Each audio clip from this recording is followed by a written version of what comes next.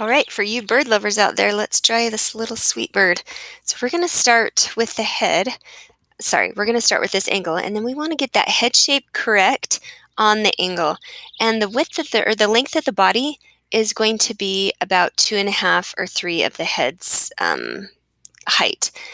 And then just keep that tail true to the length. Now, you want to make sure the tail comes in. You don't take that left side of the body and draw a line straight down. That tail comes in a bit. And then you want to get that curve of the head correct. It's kind of squared and comes to a peak a little bit at the top, and then it curves out. See how I'm drawing that right there on the left, and that's important. And then on the right, the head comes down and then the chest bumps out. Now the eyeball also needs to be very accurate where you place it. Sometimes people draw the eyes too big or too small, and then it looks animated or incorrect. And then the beak just barely comes past the outside of the head or that edge of the head, and so make sure that you're placing that as close as you can.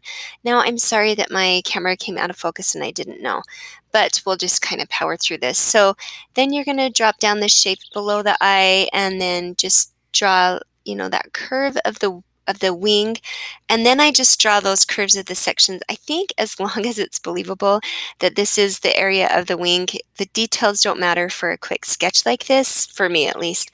And then I look at where the detail comes inside to the body and how close it is to that right edge. And then I just try and get those angles as close as I can. The feathers come out to the left past the shape of the body and just slightly. And then again, as many details as you want to get. And then as soon as I'm happy, I go back through and I strengthen up my lines and fix any angles.